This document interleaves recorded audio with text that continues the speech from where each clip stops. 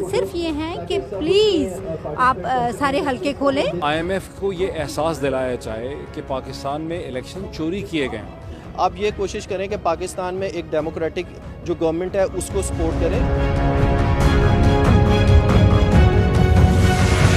अस्सलाम वालेकुम, this is Moeed Pirzada in Washington. जो एक बहुत बड़ा सवाल मेरे सामने है जिस पे मैं एक थोड़ा सा कमेंट करना चाहता हूं, वो ये है कि इमरान खान की जमात तहरीक इंसाफ इस स्टेज के ऊपर इतनी परेशान क्यों नजर आती है? क्यों लगता है कि Pakistan Tehreek Insaf increasingly in trouble है? उसके अंदर बहुत ज़्यादा हैजान है, उसके ऊपर इसके अपने सपोर्ट बेस से बहुत ज़्यादा क्रिटिसिज्म हो रही है, और ऑफ कोर्स बाहर से भी उसके ऊपर बहुत दबाव है, उसको मुख्तलिफ नाकामियों का सामना है। जैसे आप देखते हैं कि पेशावर हाई कोर्ट के एक लार्जर बेंच ने, and this is a high court जिसके बारे में आप ये नहीं कह सकते कि वो सिंपैथेटिक नहीं है तहरीक इंसाफ से, तो पेशावर हाई कोर्ट के लार्जर बेंच ने भी तहरीक इंसाफ की जो अपील है रिजर्व सीट्स के हवाले से उसे रद्द कर दिया है, और खासी लॉजिक से उन्होंने उसे रद्द किया। अब तहरीक इंसाफ के जो मौजूदा एक्टिंग चेयरमैन हैं जनाब बैरिस्टर गौहर अली खान, उनका ये कहना है कि हम इसके हवाले से सुप्रीम कोर्ट में जाएंगे, वो और बैरिस्टर अली जफर। लेकिन सुप्रीम कोर्ट से भी इस मामले में उन्हें कामयाबी की चांसेस खासे कम लगते हैं। तो इंटरनल क्रिटिसिज्म भी बहुत ज़्यादा है, सपोर्ट बेस से भी बहुत ज़्यादा क्रिटिसिज्म हो रही है, कामयाबी भी कोई नहीं हो रही, नाकामियां भी बहुत ज़्यादा है। इसकी वजह क्या है, इसको मैं थोड़ा सा एक्सप्लेन करना चाहता हूँ। लेकिन इससे पहले कि मैं इस नाजुक और इस सेंसिटिव किस्म के मौजू की तरफ चलूँ, जिसके हवाले से बहुत ज़्यादा जज्बात भड़के हुए हैं, बहुत ज़्यादा फीलिंग्स हैं, मैं कुछ वाशिंगटन की खबर, वाशिंगटन की डायरी आपके सामने रखना चाहता हूँ। जैसे कि पिछले व्लॉग में मैंने आपको बताया था कि वाशिंगटन के अंदर 14 मार्च को एक मुज़ाहरा होना था इंटरनेशनल मॉनेटरी फंड के हेड ऑफिस के बाहर, जहाँ उनकी एमडी क्रिस्टीना जॉर्जीवा जो हैं वो बैठती हैं। वो मुज़ाहरा हुआ, मैं भी वहाँ पे पहुँचा 4 बजे से लेके शाम की इफ्तारी के वक्त तक, उसके बाद नमाज, वो सब कुछ कई घंटे वहाँ पे, बल्कि पाकिस्तानी अमेरिकन तो वहाँ पे 3 बजे से मौजूद थे। जब मैं वहाँ पहुँचा तो मुझे ये तवक्को थी कि वहाँ शायद सैकड़ों लोग कम से कम होंगे, लेकिन वहाँ सैकड़ों नहीं थे, वहाँ 100 से कम लोग थे, दर्जनों लोग वहाँ ज़रूर थे। और ये और बात है कि वैसे उनका नंबर तब्दील होता रहा, कभी बढ़ जाते थे, कभी कम हो जाते थे, बिकॉज़ लोग आ रहे थे, जा रहे थे। और उसके अलावा अच्छा, ये जो महलो वकूअ था इसका, जहाँ ये प्रोटेस्ट किया गया, ये आईएमएफ के दफ्तर के एन जहाँ से आप एंट्री पॉइंट है आईएमएफ का, इसकी मैं बहुत सी फुटेज आपके सामने दिखा सकता हूँ, और कुछ मैंने वहाँ से भी फुटेज अपने ट्विटर के ऊपर भी शेयर की थी। तो बड़ी इंटरेस्टिंग चीज़ है, मैं खुद यहाँ पहली दफ़ा गया कि आईएमएफ का जो हेड ऑफिस है उसके सामने ही वर्ल्ड बैंक का हेड ऑफिस है। सो जो ब्रेटन वुड इंस्टीट्यूशंस हैं, यानी सामने वर्ल्ड बैंक है और एक तरफ उसके आमने सामने दोनों हैं। तो वर्ल्ड बैंक के ऑफिस से भी बहुत से उनके यंग स्टाफर एंड ऑफिसर जो हैं वो निकल के आके पूछते थे कि भाई यहाँ क्या हो रहा है, ये प्रोटेस्ट किस लिए हो रहे हैं। आईएमएफ के अंदर से भी बहुत से ऑफिसर जब निकलते थे तो वो बड़े इंटरेस्ट से देखते थे कि यहाँ एक प्रोटेस्ट हो रहा है, क्यों प्रोटेस्ट हो रहा है, क्या लोगों ने पोस्टर उठाए हैं। इसके साथ ही चूंकि ये बहुत ही मसरूफ किस्म की शाहरा थी, यहाँ पर बहुत से जो लोग गुजर रहे थे, उसमें स्टूडेंट्स भी थे, कुछ यूनिवर्सिटियों के फैकल्टी मेंबर्स भी थे, कोई जर्नलिस्ट भी थे, वहाँ वॉइस ऑफ अमेरिका के कॉरेस्पॉन्डेंट भी आए हुए थे। तो वो लोग भी फिर पूछते थे, वहाँ पर एक गुफ्तगू शनीद होती थी। तो खासा इंटरेस्टिंग किस्म का यहाँ पर एक सीन था। कुछ मैं पॉइंट्स आपसे शेयर करूँ कि फर्स्ट पाकिस्तान ग्लोबल जो एक मैं समझता हूँ कि निस्बतन नवाजीदा एनजीओ है पाकिस्तानी अमेरिकन का ट्राई स्टेट एरिया के अंदर, ये उसने ये ऑर्गेनाइज किया हुआ था। अच्छा, इसमें इंपॉर्टेंट चीज़ ये नहीं है कि इसमें लोग कितने थे, इसमें इंपॉर्टेंट चीज़ ये है कि पाकिस्तानी अमेरिकन कम्युनिटी ने हैज़ क्रॉस्ड द रूबिकॉन। मैं आपको एक्सप्लेन करता हूँ क्रॉसिंग द रूबिकॉन का क्या मतलब है। लेकिन पाकिस्तानी अमेरिकन कम्युनिटी ने आईएमएफ और वर्ल्ड बैंक के दफातर के बाहर मुजाहरा और प्रोटेस्ट किया, किसके खिलाफ? पाकिस्तान की एक मौजूदा हुकूमत और रजीम के खिलाफ। इसे मैं कहता हूं this is crossing the Rubicon. Now what is the term crossing the Rubicon? English literature के अंदर क्रॉसिंग द रूबिकॉन वो टर्म है जब जूलियस सीजर रोम पे हमला आवर होता है, और रूबिकॉन एक दरिया है जर्मनी के अंदर, अभी भी आता है मेरा ख्याल है वो। जब उस दरिया को आप क्रॉस करते हैं तो उसके बाद रोम बिल्कुल आपके सामने डिफेंसलेस पड़ा होता है, रोम बड़ा वुलनरेबल होता है। उस पॉइंट को कहते हैं कि जब जूलियस सीजर ने रूबिकॉन क्रॉस किया तो उसके बाद रोम की तरफ उसका रास्ता जो था वो बिल्कुल क्लियर हो गया। टर्म ये है कि जब आप एक थ्रेशोल्ड को क्रॉस कर लेते हैं। पाकिस्तानी अमेरिकन का प्रोटेस्ट करना आईएमएफ में पाकिस्तान के एक रजीम के खिलाफ, it is crossing the Rubicon. क्योंकि गुज़श्ता 50 बरस से जब से पाकिस्तानी कम्युनिटी यहाँ पे एक्टिव हुई है, 40 बरस कह लें, 1980 से 80s 90s, इन 40 बरसों में पाकिस्तान की एम्बेसी जो है या कॉन्सुलेट जो हैं, उन्होंने पाकिस्तानी अमेरिकन को इस्तेमाल किया है अपने इंटरेस्ट में। और पाकिस्तानी अमेरिकन इस्तेमाल हुए हैं अपना टैक्स पेड पैसा खर्चने के लिए। उन्होंने hundreds and thousands of dollars खर्चे हैं पाकिस्तान एम्बेसी के कहने के ऊपर अमेरिका के अंदर मुख्तलिफ कॉजेज में लॉबी करने के लिए। लेकिन उन्हें कभी ये एहसास नहीं हुआ कि एम्बेसी ने जिस चीज़ को पाकिस्तान का इंटरेस्ट बना के प्रेजेंट किया है, वो दर हकीकत पाकिस्तान का इंटरेस्ट नहीं था। वो हमेशा पाकिस्तान की एक नैरो छोटी सी जो एलीट रूलिंग क्लास थी, वो उसके इंटरेस्ट को पाकिस्तान की एम्बेसी जो है वो सर्व करती। अब पहली दफा पाकिस्तानी अमेरिकन कम्युनिटी को ये पता चला है कि आमने सामने कि जिसको कि पाकिस्तान की एम्बेसी जो है वो पाकिस्तान को सर्व नहीं करती, बल्कि वहां की रूलिंग एलीट को सर्व करती है और इस वक्त शरीफ जरदारी को सर्व कर रही है। अब अगर पाकिस्तान के अंदर देखें, वहाँ बहुत से एंकर, ज़राए इब्लाग, कमेंटेटर्स जो हैं, उनसे ये कमेंट जो है, ज़ाहिर है फ़ोन आते हैं, उनसे ये कमेंट करवाए जा रहे हैं कि ये लोग जो पाकिस्तान से बाहर पाकिस्तानी डायस्पोरास हैं, जो सब लोग हैं, ये पाकिस्तान के खिलाफ काम कर रहे हैं, ये दुश्मनों के हाथ में आलाकार है। Which raises some very interesting question, जो जहनी और शऊरी तरक्की के सफ़र में बहुत इंपॉर्टेंट है कि इन सवालों के जवाब जो हैं वो हर बंदा खुद अपने तौर पर ये सवाल रेस करे, अपनी तन्हाई में रेस करे और इनके जवाब जो है वो ढूंढे। पाकिस्तान किस चीज़ का नाम है? क्या पाकिस्तान कोई ज़मीन का एक टुकड़ा है, लैटीट्यूड लॉन्गिट्यूड का, जो अब कहते हैं कि उसके नीचे साउथ में, ईस्ट में भारत है, ऊपर उसके अफगानिस्तान है, वेस्ट में उसके ईरान है, ईस्ट में उसके चीन है। तो पाकिस्तान क्या किसी ज़मीन के टुकड़े का नाम है? या पाकिस्तान वहाँ की जो रूलिंग एलीट है, सिविल मिलिट्री ब्यूरोक्रेसी, उसका नाम है? शरीफ जरदारी क्लैन्स और इस किस्म के चंद खानदानों का नाम है? या पाकिस्तान जो है वो 24-25 करोड़ लोगों की एक धरती है और एक लिविंग ऑर्गेनिक नेशन है, उसका नाम पाकिस्तान है? ये सवाल एक ऐसा है जिसका मैं चाहूँगा कि आप खुद अपने तौर पर इसका सवाल जो है वो ढूँढने की कोशिश करें। वहाँ मुझे फ़िलबती तौर पर एक तकरीर करने के लिए कहा गया, कोई प्लानिंग नहीं थी, कोई उसका स्क्रिप्ट नहीं था। मैंने वहाँ कोई 5-1 मिनट की एक छोटी-सी स्पीच की, जिसको बहुत से लोगों ने समझा कि वो ख़ासी यूज़फुल थी, लॉजिकल थी। उसको मैंने यूट्यूब के ऊपर शेयर भी किया है, पूरी की पूरी उसको बहुत से लोग देख भी चुके हैं। लेकिन यहाँ पर भी चंद ग्लिम्पसेस मैं आपको उस स्पीच के दिखा सकता हूँ कि मेरा आर्गुमेंट क्या था। That if countries have disturbed economies, then there is disturbed politics. And disturbed politics gives way to political polarization, wars, it creates conflict. We are here to just remind the top management of the International Monetary Fund that you have certain responsibilities, which is part of your own constitution and raison d'etre of your creation, that you have to ensure political stability. In Pakistan, an election has been stolen. The Form 45 and all what the Pakistani community is demanding all across the world, within Pakistan and all across the world, is that the IMF should tell the regime in Pakistan to do the scrutiny of the election. United States stands for democracy. IMF is to ensure the democracy in the world. Tell the military rulers and regime in Pakistan to basically account for the elections. How can IMF keep on giving billions of dollars to a stolen regime, to a fake government? Who is responsible for these funds? We are not saying that IMF should not give the funds to Pakistan. Of course IMF should give the funds to Pakistan. But since it's giving funds to Pakistan, in a program, in a process, it has a responsibility to demand scrutiny and accountability of the election process. Thank you. Principe तौर पे मेरा argument ये था कि हम अगर यहाँ जो मुजाहरा कर रहे हैं पाकिस्तानी अमेरिकन, इसका हरगिज़ ये मतलब नहीं है कि हम ये कह रहे हों कि आईएमएफ और पाकिस्तान के दरमियान में फाइनेंशियल रिलेशनशिप नहीं होना चाहिए और पाकिस्तान को आईएमएफ का प्रोग्राम नहीं मिलना चाहिए। ऑफ कोर्स पाकिस्तान जैसे गरीब और मजबूर मुल्क को आईएमएफ का प्रोग्राम मिलना चाहिए। हम सिर्फ ये कह रहे हैं कि आईएमएफ के पास एक पावर है, एक लेवरेज है और आईएमएफ का अपना जो मैंडेट और मंशूर है वो ये कहता है कि आईएमएफ ने डेमोक्रेसी को सपोर्ट करना है। यही वजह है कि आईएमएफ ने वेनेजुएला को पैसे नहीं दिए। इसी तरह आईएमएफ ईरान को पैसे देने को तैयार नहीं होगी, आईएमएफ नॉर्थ कोरिया को पैसे देने को तैयार नहीं है, आईएमएफ बहुत से ममालिक को जो है उनको पैसे देने के लिए तैयार नहीं है, क्योंकि आईएमएफ का अपना एक मंशूर है और वो मंशूर ये कहता है कि आपने पॉलिटिकल स्टेबिलिटी को सपोर्ट करना है। यानी फाइनेंशियल पैसा आपने इसलिए देना है कि अगर फाइनेंशियल क्राइसिस होगा तो मुल्कों में पॉलिटिकल इंस्टेबिलिटी होगी, पॉलिटिकल इंस्टेबिलिटी होगी तो वहाँ पर इंतहा पसंदी जो है वो अरूज पाएगी। और यही लेसन था फर्स्ट वर्ल्ड वॉर और सेकेंड वर्ल्ड वॉर के दरमियान का जो लर्निंग आउटकम था दुनिया का, जिसको इंटर वॉरियर्स कहते हैं, कि अगर सियासी तौर पर अदम इस्तेहकाम होगा तो फिर इंतहा पसंदी होगी और सियासी इस्तेहकाम का ताल्लुक जो है वो उसके साथ फाइनेंशियल इश्यूज के साथ है। अच्छा, वो सीन बहुत इंटरेस्टिंग था जब इफ्तारी का वक्त आ गया और आईएमएफ इंटरनेशनल मॉनेटरी फंड के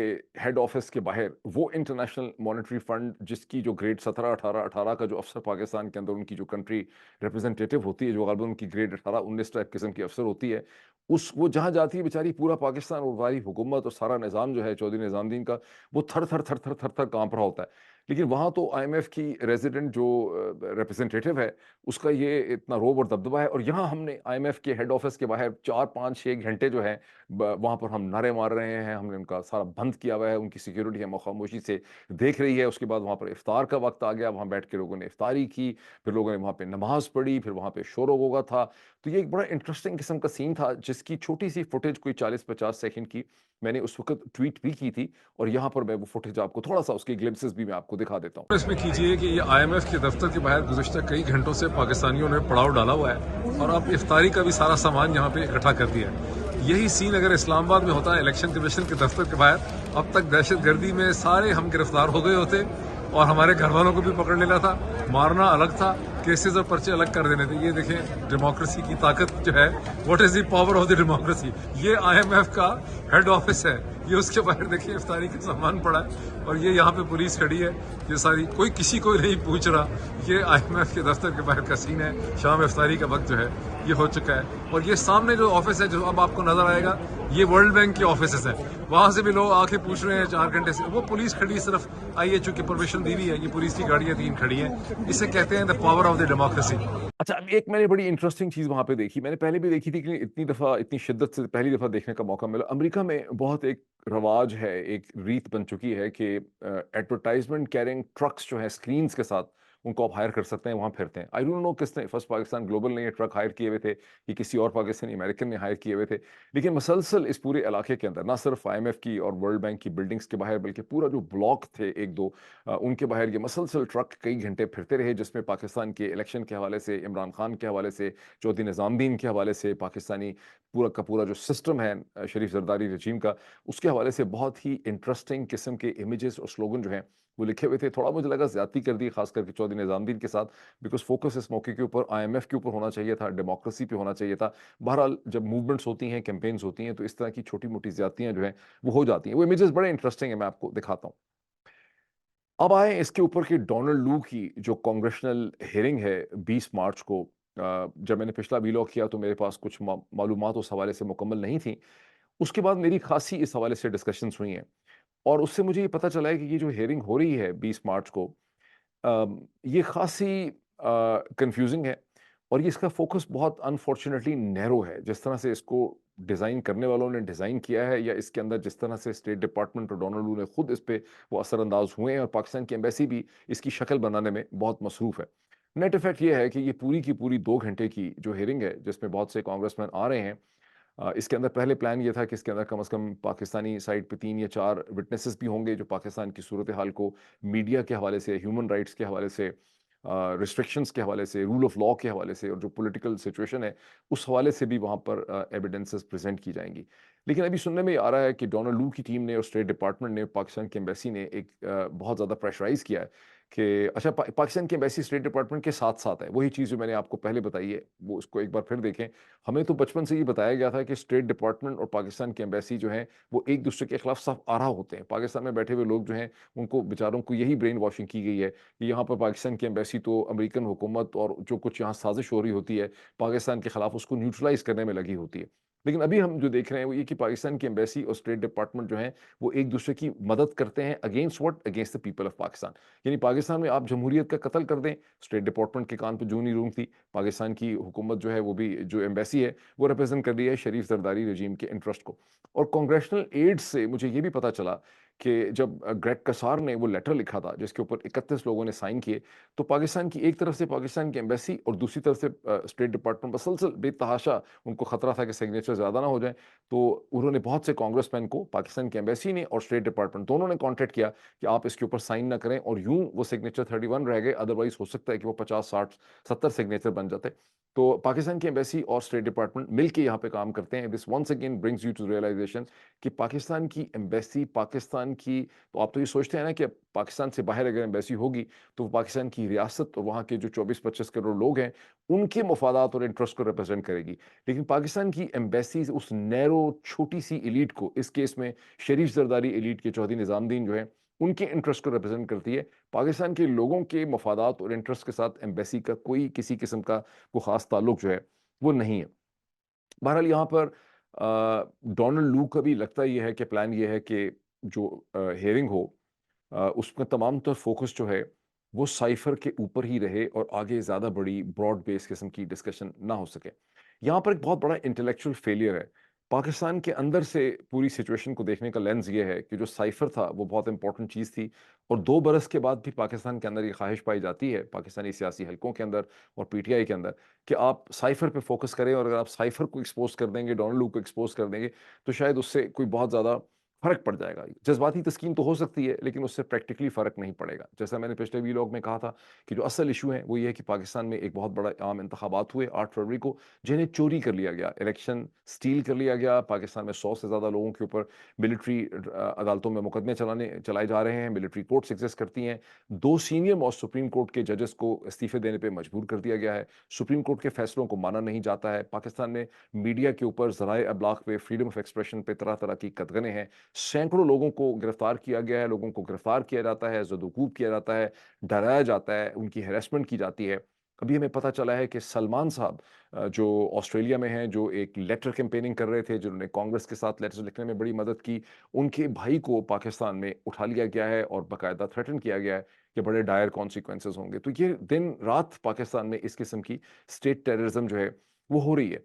ये वो रियल इश्यूज़ हैं जिनके लिए स्पेस होनी चाहिए थी इस हेयरिंग के अंदर, कि कम से कम डोनाल्ड लू के साथ ये सवाल भी पूछे जाएँ कि भई स्टेट डिपार्टमेंट ने क्या किया? ये सब चीज़ें जो पाकिस्तान में हो रही हैं, ये अमेरिकन फॉरेन पॉलिसी के मनाफ़ी हैं, अमेरिकन सिस्टम ऑफ वैल्यूज़ के मनाफ़ी हैं। आपने दुनिया के और मुल्कों में जब ऐसी चीज़ें होती हैं, वो वो यूक्रेन में ऐसी चीज़ें हो रही हों, या किसी बेलारूस में हो रही हों, या वेनेजुएला में हो रही हों, या नॉर्थ कोरिया के अंदर हो रही हों, या हांगकांग के हवाले से हो रही हों, तो वहाँ तो आपकी इतनी क्लियर पोज़ीशन होती है। क्या वजह है कि यहाँ पे आपकी कोई पोज़ीशन नहीं है? लेकिन अभी तक जो मुझे समझ आ रही है कि डोनाल्ड लू और स्टेट डिपार्टमेंट ने इसको जिस तरह से मैनेज किया है, इसका तमाम तर फ़ोकस डोनाल्ड लू की कोशिश होगी कि साइफ़र के ऊपर रहे। अब ये ज़हन में आप रखिए कि डोनाल्ड लू is apparently at this time and Tony Blinken के बाद, डोनाल्ड लू is the second most senior officer in the state department, यानी अमेरिका के वज़ारत ख़ारजा में वो दूसरे सबसे सीनियर ऑफिसर हैं। उनका कम से कम 30 बरस का एक्सपीरियंस है फॉरेन पॉलिसी और डिप्लोमेसी का, और वो सेंट्रल एशिया, साउथ एशिया के मामलात में उनकी बड़ी गहरी गिरफ्त है। ये ऐसे ही है, उनसे एक सेनेटर्स का, कांग्रेसमैन का या कांग्रेशनल एड्स के क्वेश्चन फ्रेम करना और उनको फंसाना ऐसे ही है कि कॉमन लोग बैठे हुए हों या मेडिकल स्टूडेंट बैठे हों, वो एक कार्डियोलॉजिस्ट को कार्डिक साइंस के बारे में फंसा दें। तो इसके बड़े कम चांसेस हैं, जो मुझे समझ आई है after talking with so many congressional aides. अब ये डिपेंड ये करता है कि किस किस्म के क्वेश्चन ये कांग्रेशनल एड्स जो हैं और पाकिस्तानी जो टीम इसके साथ काम कर रही है, वो बना पाती है। पर्सनली मुझे ये कोई बहुत ज़्यादा हौसला अफ़ज़ा किस्म की सिचुएशन जो है, वो मुझे नहीं लग रही। लेकिन इसका क्या मतलब है? क्या इसका मतलब है कि आप बहुत डिसअपॉइंट हो जाएँ? हरगिज़ नहीं। पाकिस्तानी अमेरिकन कम्युनिटी ने एक्चुअली पॉलिटिक्स अभी सीखी ही नहीं है। इससे पहले 50 बरस में उनकी ख़्वाहिश ये होती थी कि किसी फंड रेज़र में कांग्रेसमैन को फंड रेज़िंग के बाद वो अपनी और अपने ख़ानदान की एक कांग्रेसमैन या सेनेटर के साथ तस्वीरें खिंचवा के उसको अपने ड्राइंग रूम या रिसेप्शन में रख देते थे। जो भी आता था उसको बताते थे, ये देखिए मेरी फ़लाँ के साथ पिक्चर है, फ़लाँ के साथ पिक्चर है। एक पूरा आपको वॉक करवाया जाता है कि ए भी तको, ए भी तको, ए भी तको। तो वो जो एक चाइल्डिशनेस का फ़ेज़ है, उससे निकल के ये कम्युनिटी अब एक मैच्योरिटी से अमेरिकन पॉलिटिक्स का हिस्सा बनने की कोशिश कर रही है। और यही इसकी पॉज़िटिव चीज़ है, और ये जो प्रोसेस है, इसमें ज़ाहिर है कि इस कम्युनिटी से बहुत सी गलतियाँ होंगी, इसके कदम लड़खड़ाएँगे भी, लेकिन इम्पोर्टेंट चीज़ ये है कि ये उस रास्ते के ऊपर चल पड़ी है और ये आहिस्ता-आहिस्ता इसको सीखेगी। तो लेट्स सी, मैं इसके ऊपर मज़ीद आपको ब्रीफ़ जो है, वो करता चला जाऊँ। अब मैं उस चीज़ के ऊपर कि जहाँ हम देखते हैं कि तहरीक-ए-इंसाफ हमें एक इंतहा दर्जे की मुश्किलात का शिकार इस स्टेज के ऊपर हमें नज़र आ रही है, पीटीआई इज़ इन ट्रबल। जब आप इसको देखते हैं कि पेशावर हाई कोर्ट के लार्जर बेंच ने भी तहरीक-ए-इंसाफ की जो अपील थी इलेक्शन कमीशन के फैसले के खिलाफ, जहाँ उनको रिजर्व सीट्स वगैरह जो है वो नहीं मिल रही, उसको उन्होंने रद्द कर दिया है, उसको इनवैलिड करार दे दिया है, और अब वो कह रहे हैं कि हम सुप्रीम कोर्ट में जाएँगे। तो वैसे तो उसकी बड़ी लॉजिक है, इन अ स्मॉलर लेंस से जब आप इसको देखते हैं, तो पेशावर हाई कोर्ट के फैसले की एक लॉजिक है कि अगर सुन्नी इत्तेहाद काउंसिल ने इलेक्शन में सीट्स अपनी नॉमिनेट की ही नहीं थी, उनकी कोई सीट है ही नहीं पार्लियामेंट में, तो ये सीटें जो है वो कैसे दी जा सकती है। उस हद तक तो बात जो है बिल्कुल समझ आती है। बैरिस्टर गौहर अली खान ने और बैरिस्टर अली ज़फ़र ने बहुत कोशिश की इस पॉइंट को समझाने के लिए कि हमसे जब बल्ला छीन लिया गया, इलेक्शन कमीशन ने छीना, तो उस इक़दाम को पेशावर हाई कोर्ट ने कलअदम करार दिया था, गलत करार दिया था, लेकिन बाद में सुप्रीम कोर्ट ने उसको होल्ड किया, और यूँ ये सूरत हाल हमारे लिए पैदा की गई है। लेकिन इस स्टेज के ऊपर पेशावर हाई कोर्ट जो है, चूँकि सुप्रीम कोर्ट पहले फैसला कर चुकी है, पेशावर हाई कोर्ट हेल्पलेस थी। और मुझे नहीं लगता कि सुप्रीम कोर्ट से भी कोई रिलीफ जो है वो तहरीक इंसाफ को मिल पाएगी। और यूं तहरीक इंसाफ की जो मुश्किलात हैं उसका सफ़र इस स्टेज के ऊपर जारी है और ख़ासी सूरत हाल उनकी मुश्किल लगती है। अब इसका क्या मतलब है? बहुत से मैं कमेंट्स देख रहा हूँ अखबारों में लिखे हुए कि तहरीक इंसाफ ने इस किस्म की लीगल गलती की, उस किस्म की लीगल गलती की, उनको पहले ये कर लेना चाहिए था, वो कर लेना चाहिए था। ये कुछ भी करते बेचारे इस्टेब्लिशमेंट ने, चौधरी निज़ामुद्दीन ने एक पूरा स्क्रिप्ट प्लान किया हुआ था और उस स्क्रिप्ट के हिसाब से ही इस्टेब्लिशमेंट चल रही है। अदालतें हों, इलेक्शन कमीशन हो, पाकिस्तान के ज़राए इब्लाग हों, वो सब उस स्क्रिप्ट के अंदर बंधे हुए हैं। तो तहरीक इंसाफ के पास कोई बहुत ज़्यादा ऑप्शंस नहीं थी। इस मुश्किल घड़ी और फेज़ से उनको गुज़रना ही पड़ेगा। मुश्किलात से आप नाकाम होके भी निकलते हैं, लेकिन बहुत दफ़ा अगर आप मुश्किलात के मुकाबले में अपनी इंटेलिजेंस इस्तेमाल करते रहें, तो आप सुरख़रू होकर, कामयाब होकर, पहले से ज़्यादा स्ट्रॉन्ग बनकर भी, मज़बूत बन के भी उसमें से निकल सकते हैं। दूसरी जो इस वक़्त तहरीक इंसाफ का क्राइसिस है, वो ये है कि उसकी जो इस वक़्त की लीडरशिप है, जिसमें बैरिस्टर गौहर अली खान हैं, उमर अयूब हैं, असद कैसर हैं और जनाब अली अमीन गंडापुर हैं, उनके ऊपर तहरीक इंसाफ का जो अपना वोटर और सपोर्ट बेस है, वो बहुत तनकीद का निशाना इनको बना रहा है। वो कह रहा है कि आप लोगों को वोट हमने इसलिए नहीं दिए थे, हमने इमरान खान के पैगाम और फ़लसफ़े को हमने वोट दिए थे और आप उसको रिप्रेज़ेंट नहीं कर रहे। यहाँ पर जो असल इश्यू है वो ये है कि जितने भी जो समझने की बात है और इसका भी हल निकलेगा कि तहरीक इंसाफ की जितनी भी लीडरशिप आपको फील्ड में खड़े नज़र आती है, जो रात को अपने घर में बिस्तर के ऊपर सोती है और जेल में नहीं है, गुम नहीं है, अगवा नहीं होती, उस लीडरशिप को एस्टैब्लिशमेंट के साथ, चौधरी निज़ामुद्दीन के हरकारों के साथ डिफरेंट किस्म के कॉम्प्रोमाइज़ेज़ करने पड़े हैं। जो सूरत हाल तहरीक इंसाफ की लीडरशिप की है, वही सूरत हाल आपके तमाम प्रोमिनेंट टेलीविज़न एंकर पर्सन्स की, जो पाकिस्तान की जोग्राफिया के अंदर हैं, जो वीलॉगर्स हैं, उनकी भी उसी किस्म की मजबूरियाँ हैं। ये मुनाफ़्क़त है कि मुख्तलिफ लोग एक दूसरे के ऊपर हमले कर रहे हैं। तहरीक इंसाफ की जो ये लीडरशिप है, इसको एस्टैब्लिशमेंट के साथ कॉम्प्रोमाइज़ करके ही ये एग्ज़िस्ट कर सकते हैं। इनके पास कोई और स्टेज के ऊपर ऑप्शन नहीं है। ताहम इसमें पॉज़िटिव बात ये है, जो इसकी अच्छी साइड है, वो ये है कि ये सूरत हाल बहुत देर तक चल नहीं सकती। कोई भी सूरत हाल बहुत देर तक सस्टेनेबल नहीं होती और अगर ये स्ट्रगल करते रहेंगे और नीचे से जो वर्टिकल अपवर्ड यानी ऊपर से वर्टिकली डाउनवर्ड इनके ऊपर प्रेशर है एस्टैब्लिशमेंट की तरफ से कि आप बिहेव करें और ये आपकी रेड लाइंस हैं, नीचे से इनके ऊपर आवाम का वर्टिकली अपवर्ड प्रेशर है कि आपने हमें रिप्रेजेंट करना है।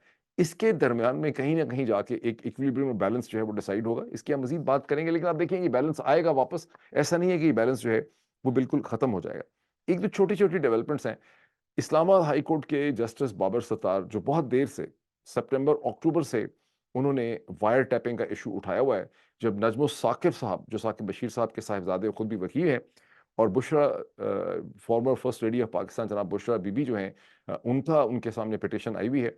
उसके बाद से बाबर सत्तार मसलसल पाकिस्तान की स्टेट एजेंसीज को बुला रहे हैं, आईएसआई को बुला रहे हैं, पुलिस को बुला रहे हैं, एफआईए को बुला रहे हैं, पाकिस्तान टेलीकम्युनिकेशन को बुला रहे हैं, पैमरा को बुला रहे हैं, वायर टैपिंग का और ये जो ऑडियो वीडियो लीक्स होती हैं इसके हवाले से। अब गुज़िश्ता 24 घंटे के अंदर पीटीआई के जो चेयरमैन हैं, जो जनरल साहब हैं एक, उनके काउंसिल ने दुनिया की अजीब-ओ-गरीब किस्म की एक्सप्लेनेशन दी अदालत को बेवकूफ़ बनाने के लिए, और एक अजीब अहमकाना किस्म की अहमकाना कह लें या वो ओवर स्मार्ट, वो ये बताने की कोशिश की गई है जिसमें कहा गया है कि अब तो इतने सॉफ्टवेयर इन्वेंट हो चुके हैं कि रियासत का जो तमाम तर कंट्रोल है वायर टैपिंग के ऊपर वो ख़त्म ही हो चुका है, और कोई बंदा 1 मिनट में ऐसा पेगासस इस्तेमाल करके किसी के फ़ोन को हाईजैक कर सकता है, उसको रिकॉर्ड कर सकता है। ये एक सरासर मिसलीडिंग सूरत हाल है। पाकिस्तान में वायर टैपिंग करने की तमाम तर कंट्रोल अथॉरिटी पाकिस्तान की प्रीमियर इंटेलिजेंस एजेंसी के पास है, ना पुलिस के पास है, ना एफआईए के पास है, ना प्राइवेट लोगों के पास है। कोई इसकी रिकॉर्डिंग नहीं कर सकता। अगर कोई करते हैं, वो प्राइवेट लोग भी सारे रियासत ही को रिप्रेजेंट कर रहे होते हैं। और जो पेगासस सॉफ्टवेयर के हवाले से मिसलीड करने की कोशिश की जा रही है, मैं चाहूँगा कि जस्टिस बाबर सत्तार तक मेरा कोई टुकड़ा आप काट के भेज दें कि और मैं यहाँ पे स्क्रीन के ऊपर आपको दिखाता भी हूँ न्यूयॉर्क टाइम्स की 1-2 स्टोरीज़ कि कैसे 2019, 20 और 21 के दरमियान में ये न्यूयॉर्क टाइम्स की स्टोरीज़ हैं, जो बहुत डिटेल से पेगासस के पूरे ओरिजिन को और जिस इसराइली कंपनी ने पेगासस बनाया उसके डायनामिक्स को ये डिस्कस करती हैं। आपको वहाँ से ये भी पता चलता है कि इसराइली कंपनी ने दुनिया में अगर यूएई को, सऊदी अरब को या किसी भी मुल्क को उन्होंने पेगासस सॉफ्टवेयर बेचा है, तो वो इसराइल की हुकूमत और वहाँ की नेशनल सिक्योरिटी की परमिशन के बगैर वो नहीं बेच सकते। सो मच सो उनको इतना कंट्रोल है उसकी सेल एंड ट्रेड के ऊपर कि अगर उन्होंने यूएई को भेजा है या सऊदी अरब को बेचा है, तो अगर सऊदी अरब किसी और को, पाकिस्तान को भी देना चाहे, तो जब तक इसराइली हुकूमत की परमिशन नहीं होती, पेगासस की रीसेल जो है या रीडिलीवरी जो है वो नहीं हो सकती। इसके ऊपर बड़े इंफॉर्मेटिव पीसेस हैं न्यूयॉर्क टाइम्स के, 3-4 बड़े अच्छे पीसेस हैं। जस्टिस बाबर सत्तार को, पाकिस्तान के वकला को जो भी इंटरेस्टेड है उनको जाके न्यूयॉर्क टाइम्स में ये पीसेस पढ़ने चाहिए, और इस केस में जस्टिस बाबर सत्तार को इस हवाले से बड़ी मदद मिलेगी। लास्ट पॉइंट है कि ट्यूसडे की रात को और पाकिस्तान के हिसाब से वेडनेसडे को अमेरिका में डोनाल्ड ट्रंप और जो बाइडन दोनों अपनी अपनी पार्टीज के अब कैंडिडेट बन चुके हैं, फाइनलाइज हो चुके हैं, और अब ये तेजी से एक प्रेसिडेंशियल इलेक्शन की तरफ सूरत हाल जो है वो जारी है, जिसको रीमैच कहते हैं। They going to meet each other again in November. उसके हवाले से हम फिर दोबारा भी बात करेंगे इंशाल्लाह। Thank you.